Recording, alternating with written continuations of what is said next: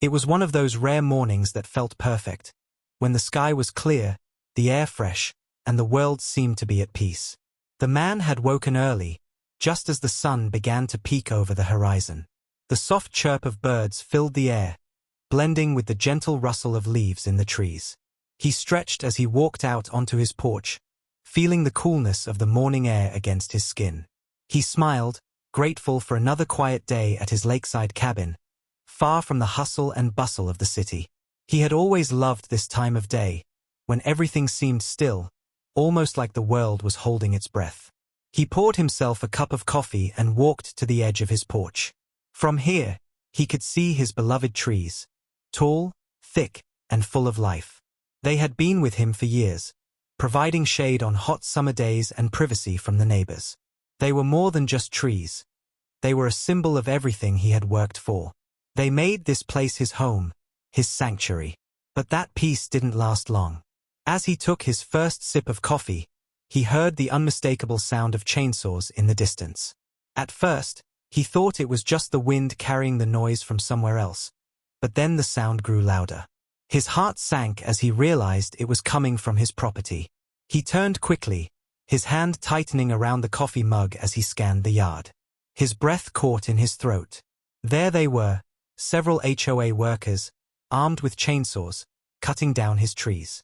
"No!" he shouted, rushing off the porch and down the steps. He had to stop them, but as he sprinted across the yard, he could already see the damage. The first tree had already fallen, its massive trunk hitting the ground with a loud thud. The workers were moving methodically, cutting down each tree in turn. His heart was pounding now, his anger rising like a wave. He reached the workers just as they were about to take down another tree.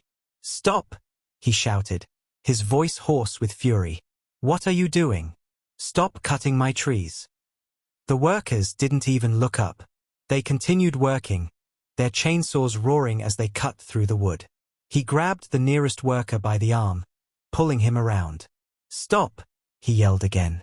"Why are you doing this?" The worker simply shrugged, his face blank. "We're doing what we were told," he said flatly, his eyes not meeting the man's. "The HOA gave the orders." The man turned, his eyes searching the yard for any sign of the HOA president. There, standing at the edge of the yard, was the woman who had been behind so many of his recent troubles.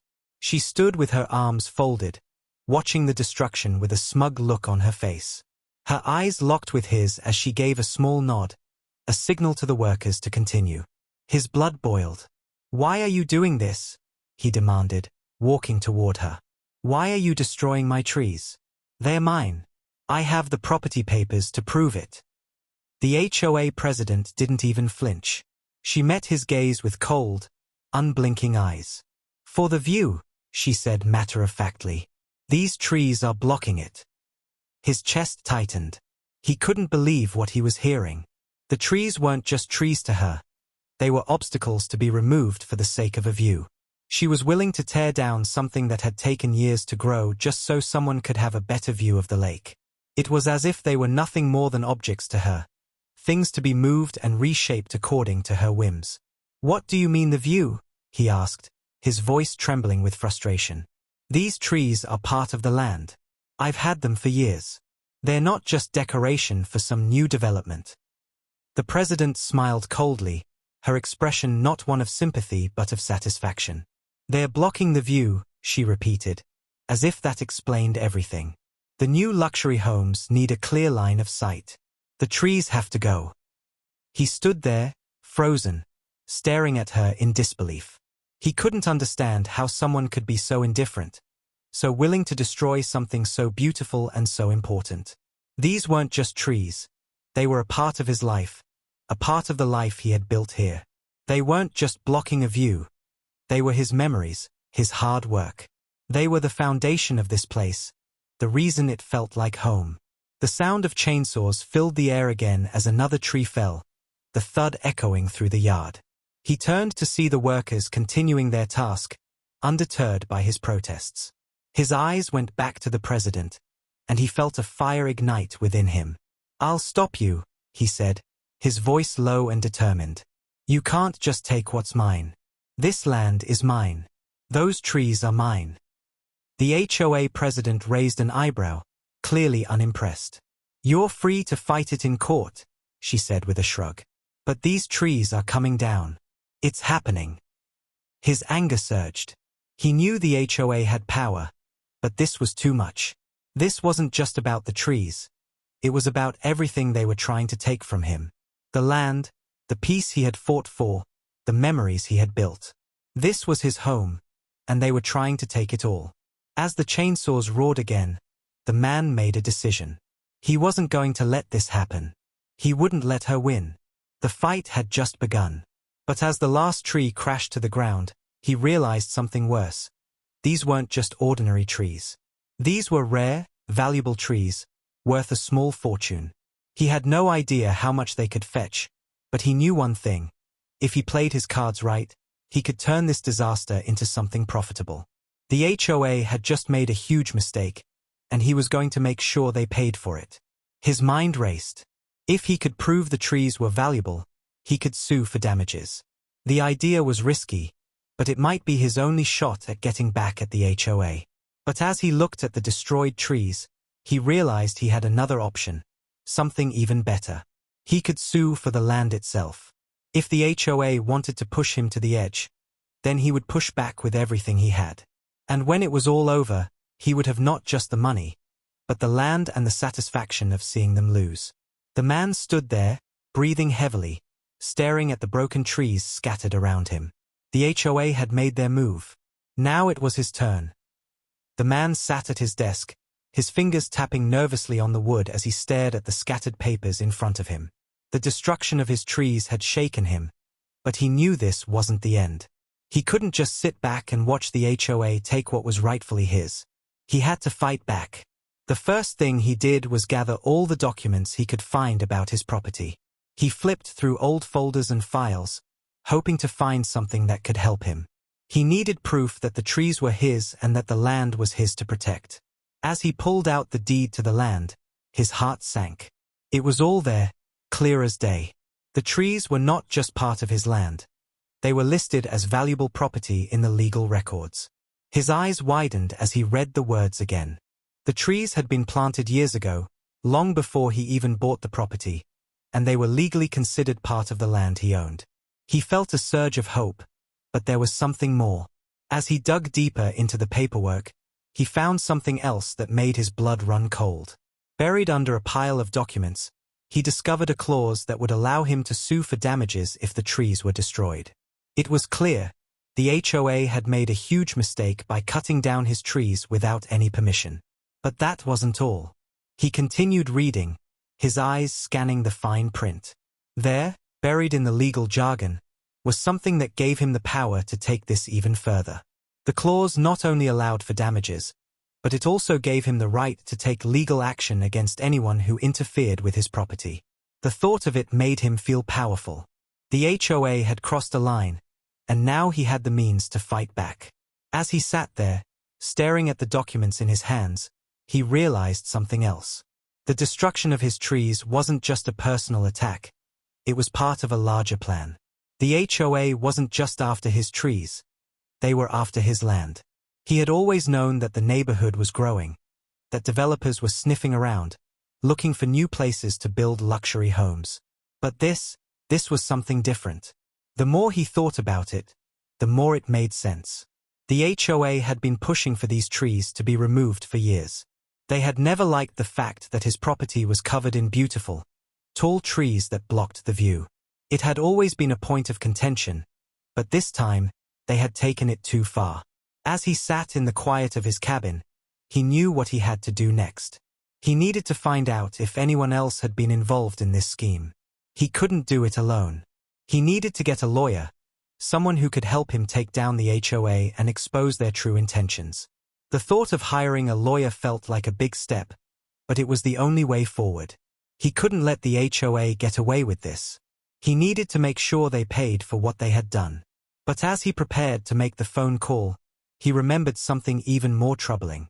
The HOA wasn't just some small organization that could be easily fought. They had money, power, and influence.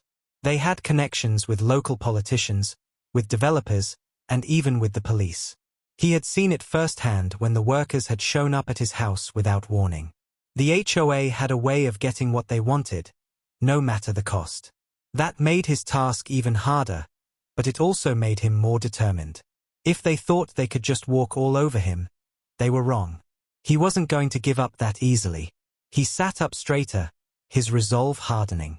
He was going to take the fight to them, no matter how long it took or how much it cost. He would not let them destroy his home. The next morning, he made the call. The lawyer he spoke to was calm and professional, listening carefully to everything he had to say. The man explained the situation, detailing how the HOA had destroyed his trees and the evidence he had uncovered about his property rights. The lawyer didn't hesitate. He told him that they had a strong case and that they could take the HOA to court. The man felt a surge of relief. For the first time in weeks, he felt like he had a chance. But the lawyer's next words made him pause. "This won't be easy," the lawyer warned. "The HOA has a lot of resources, and they'll fight back hard. We'll need to prepare for a long battle." The man took a deep breath. He had expected this, but it didn't make it any easier to hear. The thought of going to court against the HOA was daunting. He knew the fight would be ugly, that they would do everything they could to discredit him. But he also knew he couldn't back down now. Not after everything they had done. He was ready. "I'm in," he said firmly. "Let's do it." The lawyer agreed to meet the following week to go over the details of the case. As the man hung up the phone, he felt a sense of determination settle in his chest. He had taken the first step. The battle for his land, and his future, had just begun. But he knew one thing for sure. He wasn't going to lose without a fight. The HOA had made a mistake. They had underestimated him. And now, he was going to make them pay for it. The days following his decision to hire a lawyer were filled with a growing sense of determination. The man knew this wasn't going to be an easy fight. He had spent years building his life here, making his property a home, and the HOA was trying to take it all away, not just his trees, but his peace, his sanctuary. He couldn't let that happen. As the legal proceedings began to take shape, the man started to dig deeper into the HOA's actions. He couldn't shake the feeling that there was more going on than just a dispute over trees. The more he thought about it, the more it became clear. The HOA wasn't just trying to destroy his trees, they were trying to take his entire land. It wasn't just about the view. It was about something bigger. One evening, he decided to take a trip down to the local courthouse. He had been through the property records before, but this time he wanted to see if there were any new documents filed under his name, anything that could shed light on what the HOA was up to. The courthouse was quiet, just a few people walking in and out, mostly older folks who seemed to be there for something simple, like renewing documents or paying fines. The man walked up to the clerk's desk and asked if there were any recent filings on his property. The clerk, a middle-aged woman with glasses perched on the end of her nose, typed his name into the computer. A few seconds later, she printed out a list of documents. His eyes scanned the paper quickly. At first, it looked like standard stuff, tax records, old property sales, nothing unusual. But then, near the bottom, he saw something that made his stomach turn. The HOA had filed a proposal with the county, a request to redraw the boundaries of his property. He felt a chill run through him as he stared at the paper. This wasn't just about the trees. The HOA had been planning this for months, maybe even longer. They weren't just trying to clear the land for a better view. They were trying to take it from him. His mind raced. The more he thought about it, the more it made sense. The HOA had always been pushing for more development in the neighborhood.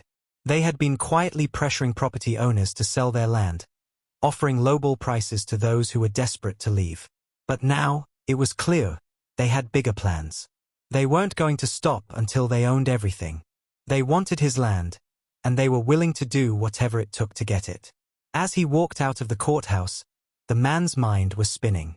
He had to confront the HOA, but he couldn't do it alone. He needed to expose their plan for what it was. He wasn't going to sit back and let them take his land without a fight. That night, he met with his lawyer again. They sat across from each other at a small table in the lawyer's office, the dim light from a single lamp casting shadows on the walls. The lawyer listened intently as the man explained what he had found. When he finished, the lawyer looked up from his notepad, his expression serious. "This is bigger than we thought," the lawyer said, his voice low. "If they're trying to redraw the boundaries, it means they have more than just a passing interest in your land. They want it for something else." The man nodded, feeling the weight of the situation. "What do we do now?" he asked. The lawyer leaned back in his chair, thinking for a moment.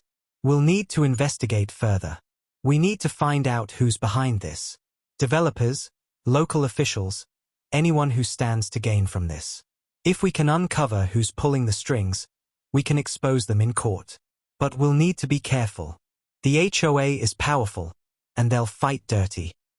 The man took a deep breath, his mind already racing ahead. This wasn't just about the trees anymore. It was about protecting everything he had worked for, everything he had built. He wasn't going to let the HOA push him out without a fight. The next few days were filled with research. The man combed through property records, zoning documents, anything that might give him a clue about the HOA's plans. He started to talk to his neighbors, the ones who hadn't been too afraid to speak to him after the incident with the trees. Slowly, pieces of the puzzle started to come together. He learned that the HOA had been in talks with several developers about building a new luxury complex in the area. The new development would require clearing out the land, starting with his property. They had been planning this for months, quietly acquiring properties, pressuring homeowners, and now they were making their move on his land. As he dug deeper, the man's anger grew. The HOA wasn't just a group of people trying to enforce rules. They were scheming, working behind the scenes to profit from the land they controlled. He realized that this wasn't just a fight for his property. It was a fight to stop them from destroying everything that made his community special. The more he uncovered, the more he realized how deep the corruption went. The HOA wasn't just after his trees. They were after his land, his neighbor's land, and everything in between. It was all part of a bigger plan to profit off the area's quiet charm and turn it into a luxury neighborhood. He wasn't going to let them win.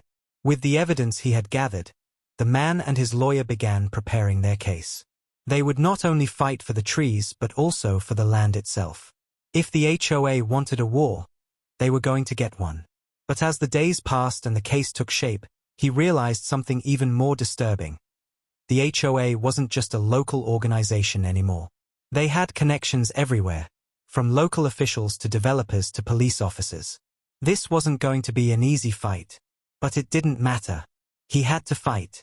It was the only way to stop them. The man spent the next few days in a blur of meetings, phone calls, and paperwork. Every time he tried to rest, a new thought would push its way into his mind, and he would jump up to write it down or look up a new piece of information. His life had become consumed by the fight against the HOA.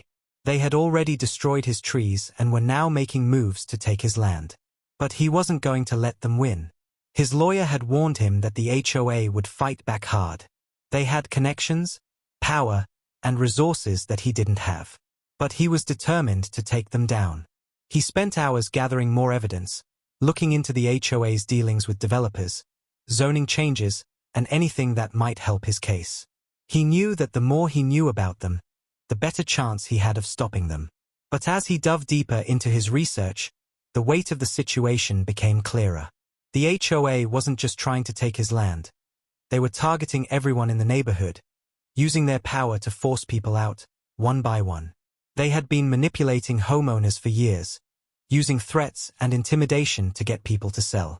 The more he learned, the more he realized how far they would go to get what they wanted. And now, they had turned their sights on him. One afternoon, he received a call from his lawyer. "We need to talk," the lawyer said, his voice tense. "The HOA just filed a lawsuit against you." The man's stomach dropped.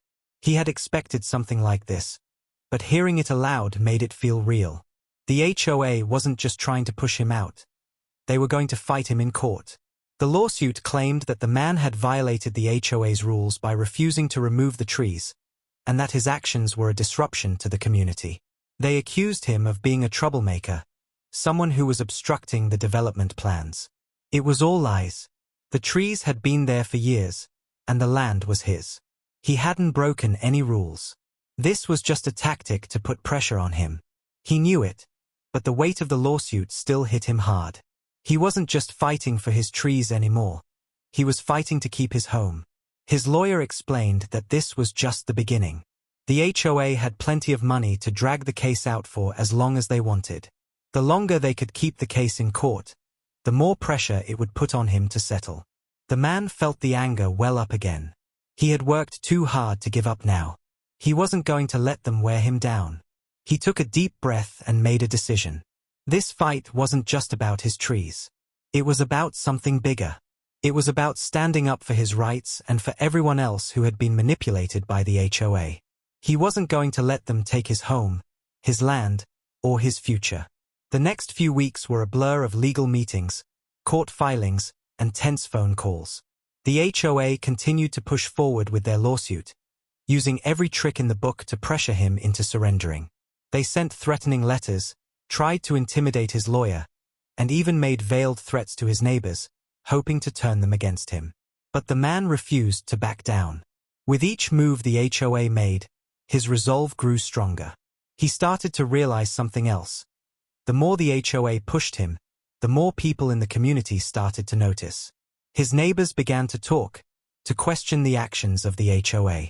More people started coming forward with stories of how the HOA had treated them, how they had been forced into selling their homes, how they had been threatened with fines for the smallest of infractions, how they had been bullied into submission. The man knew this was his chance. If he could expose the HOA for what they were, if he could show the community that they were nothing more than a group of greedy bullies, then maybe, just maybe, he could turn the tide.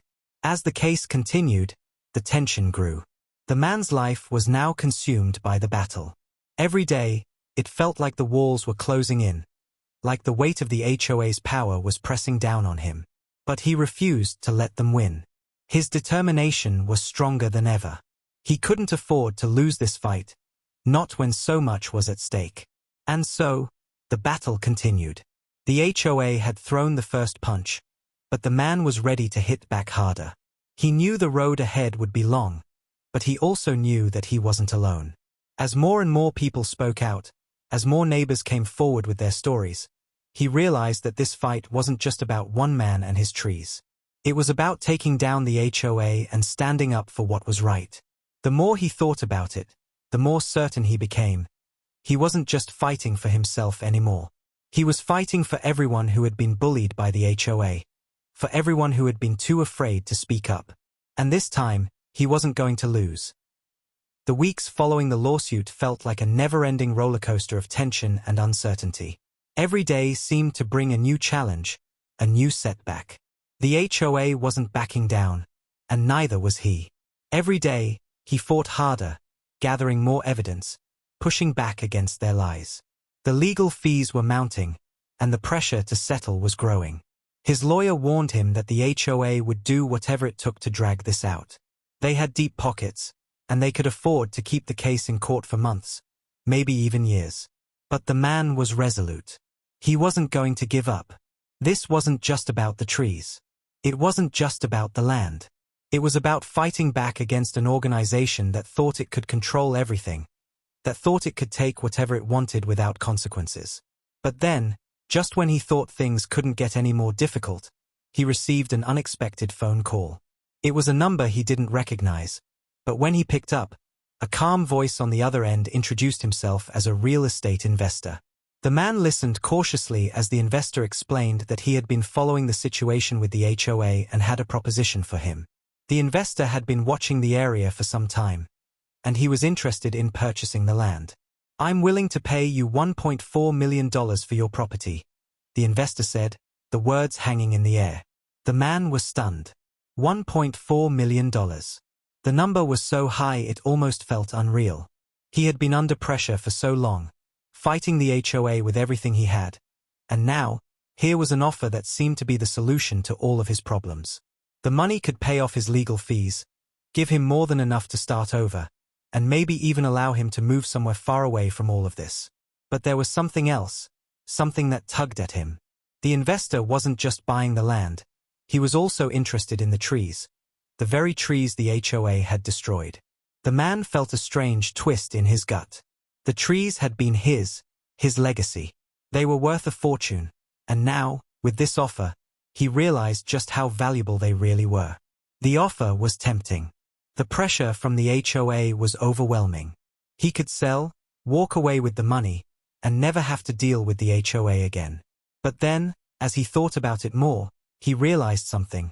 Selling wouldn't solve everything. The HOA's plan was still in motion. Even if he walked away, the HOA would continue with their efforts to take control of the land and destroy the neighborhood. If he sold, he would be letting them win. And he couldn't do that. Not now. He had fought too hard. He was too close to exposing them for what they really were. After a long pause, he told the investor that he wasn't interested in selling. The decision didn't come easily. The money would have been life-changing, but it wasn't worth sacrificing everything he had worked for. He wasn't just fighting for the land. He was fighting for the truth. "Thank you for the offer," he said, his voice steady. "But I'm not selling. I'll fight for this land. It's mine, and I'm not giving up." The investor didn't seem disappointed. He thanked the man for his time and hung up. But the man couldn't shake the feeling that he had just made the right choice. Selling the land might have been the easy way out, but it wouldn't have been the right choice. The fight was bigger than just money. It was about standing up for what was his, for what was right. As he sat there, he realized that the $1.4 million wasn't the real prize. The real prize was the truth, and he was getting closer to it every day. The next day, he sat down with his lawyer and went over everything. The lawsuit was still ongoing, and the HOA had filed a counterclaim, accusing him of harassment and trying to force him into a settlement. The pressure was mounting, but he didn't care. The more they pushed, the harder he fought back. He wasn't going to let them control him. The lawyer told him that they had made progress, but they needed more time to gather evidence. There were still documents to review, witnesses to interview, and legal battles to fight. It wasn't going to be easy, but the man was ready. He had made up his mind. This wasn't just about the money. It was about taking down the HOA and stopping their plans. As he walked out of the lawyer's office, the weight of the situation felt lighter.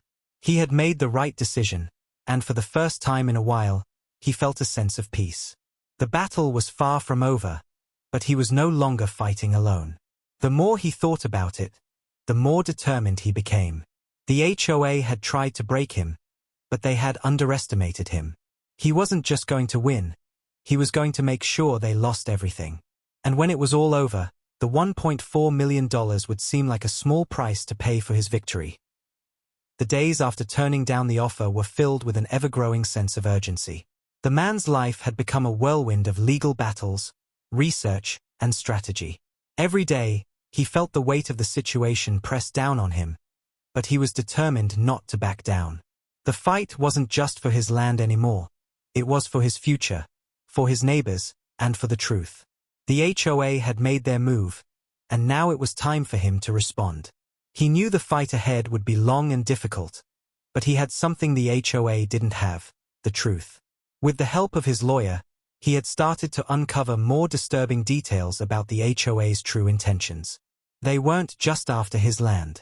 They were planning to take over the entire neighborhood, buying up properties and bulldozing the area to make room for luxury developments. The more they pushed, the more their plan began to unravel. The man realized that this wasn't just about one piece of land. It was about stopping a greedy organization that was trying to control everything.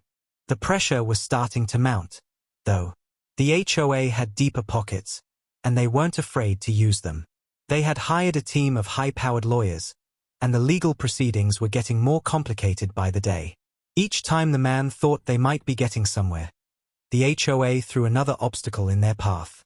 They filed motions to delay the case, sent threatening letters to his lawyer, and even went as far as trying to turn his neighbors against him. The man's resolve didn't falter, but the pressure was taking its toll. He found himself staying up late into the night, going over every detail, looking for any crack in the HOA's armor. It was exhausting, but it was also the only way forward. Every victory, no matter how small, felt like a breath of fresh air, and he had to hold on to those moments. As the weeks passed, he began to notice something strange. The atmosphere in the neighborhood started to change. People were starting to talk, starting to ask questions about the HOA's actions. His neighbors, who had once turned a blind eye to the HOA's demands, were beginning to see the truth. One by one, they started to reach out to him, offering support and sharing their own stories about the HOA's shady tactics. Some of them had been threatened with fines for minor violations.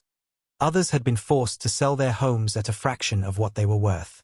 It became clear, the HOA wasn't just bullying him, they had been bullying everyone.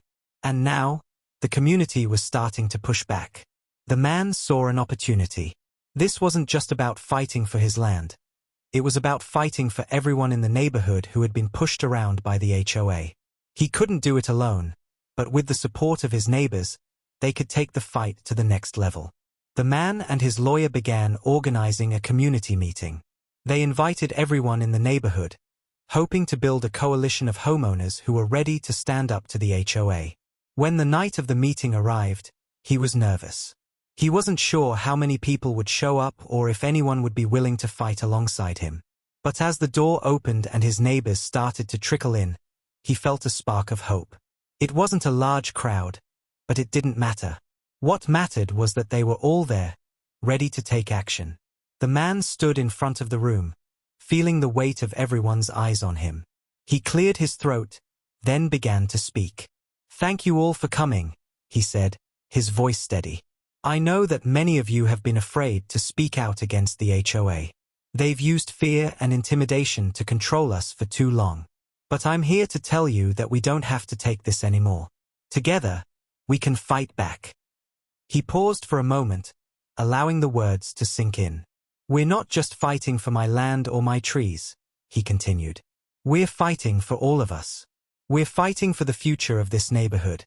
And we're fighting to take back control from an organization that doesn't care about us. They only care about money." The room was silent for a moment. Then one of his neighbors spoke up.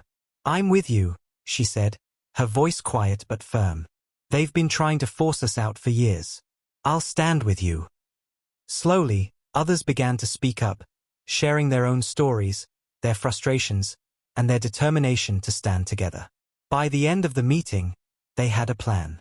They would support each other through the legal battle. They would gather evidence, speak out at HOA meetings, and work together to expose the HOA's tactics. For the first time in months, the man felt a renewed sense of hope. This wasn't just his fight anymore. It was the community's fight. As the meeting ended and his neighbors began to leave, the man felt a weight lift off his shoulders. They were no longer fighting alone. Together, they could make a difference. But the battle was far from over. The HOA wasn't going to give up easily. They had too much to lose. The next few days brought more challenges. The HOA tried to intimidate the man with more legal threats. They sent letters demanding he remove his personal property from the land, warning him of more fines. But the man wasn't afraid. He had his neighbors by his side, and now, the community was speaking out. The HOA's tactics were starting to lose their power. The man could feel the tide turning. The HOA had made their move, but now it was his turn. And he wasn't going to stop until they were exposed for the frauds they were. As the days dragged on, the battle against the HOA intensified. The man and his lawyer worked tirelessly, but the HOA fought back with everything they had. They threw more legal obstacles in his way, hoping to wear him down, but he wasn't backing down. He had come too far to let them win now. The whole neighborhood seemed to be watching, waiting to see who would come out on top. The man's resolve only grew stronger. He wasn't fighting just for himself anymore. He was fighting for everyone who had been silenced by the HOA, everyone who had been bullied and intimidated. The pressure was building, but he wasn't going to let it crush him. He had the truth on his side, and the truth was powerful.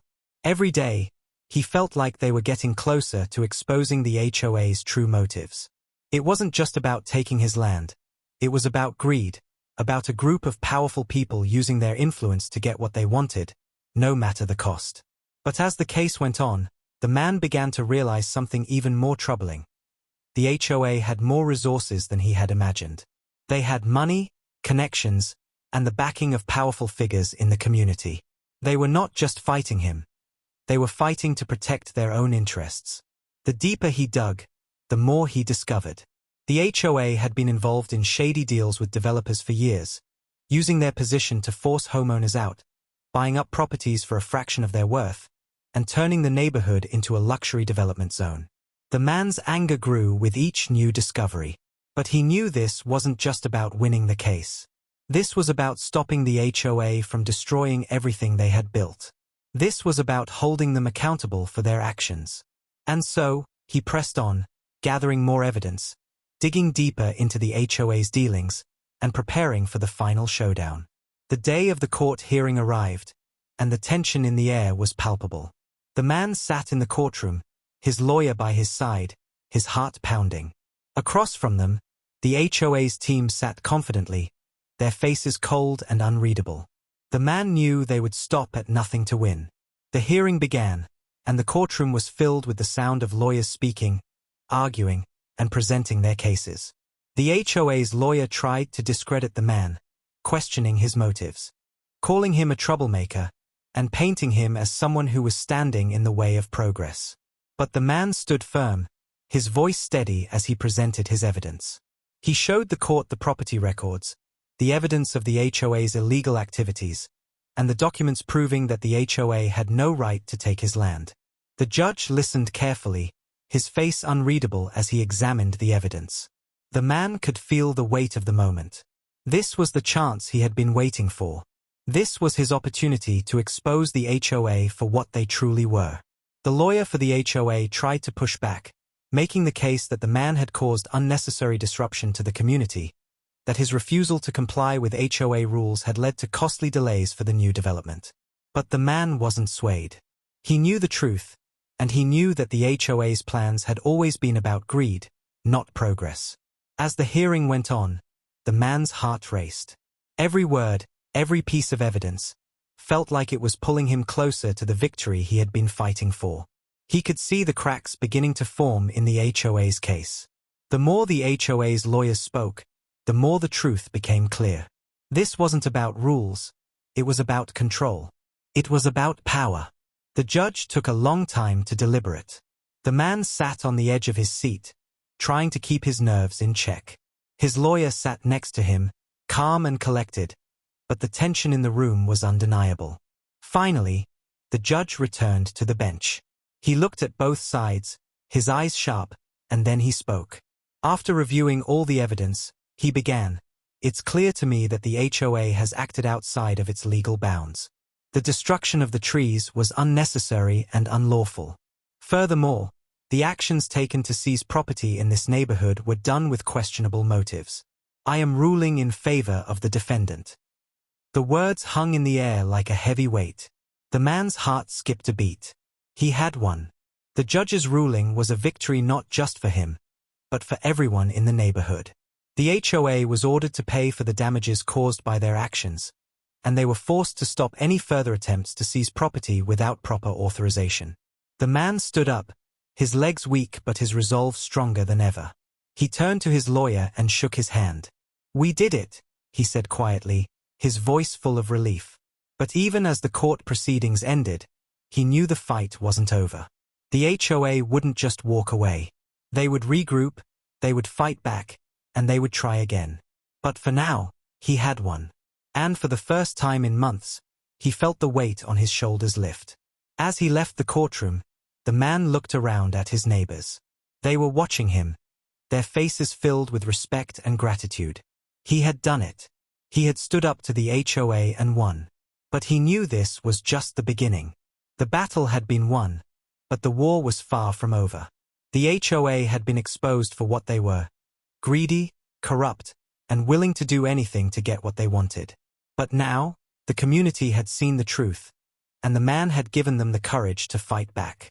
He wasn't alone anymore, and that made all the difference. The ruling from the court echoed in his mind as he left the courthouse. He had won. The words felt surreal. After months of battle, after countless hours spent gathering evidence and fighting back against the HOA's attempts to take his land, the victory was finally his. But as he walked through the courthouse lobby, He knew that this victory was only part of the story. He had won the legal battle, but the HOA wouldn't just walk away quietly. The fight, he knew, would continue.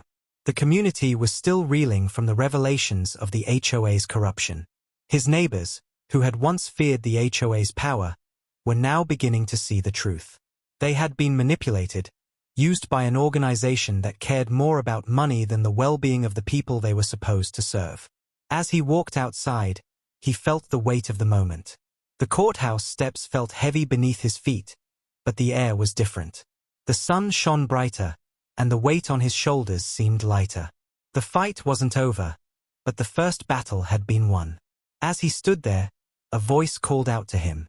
He turned and saw one of his neighbors walking toward him. It was a man he had barely spoken to before, someone who had kept his distance when the HOA's pressure had been at its highest. But now, the man smiled at him.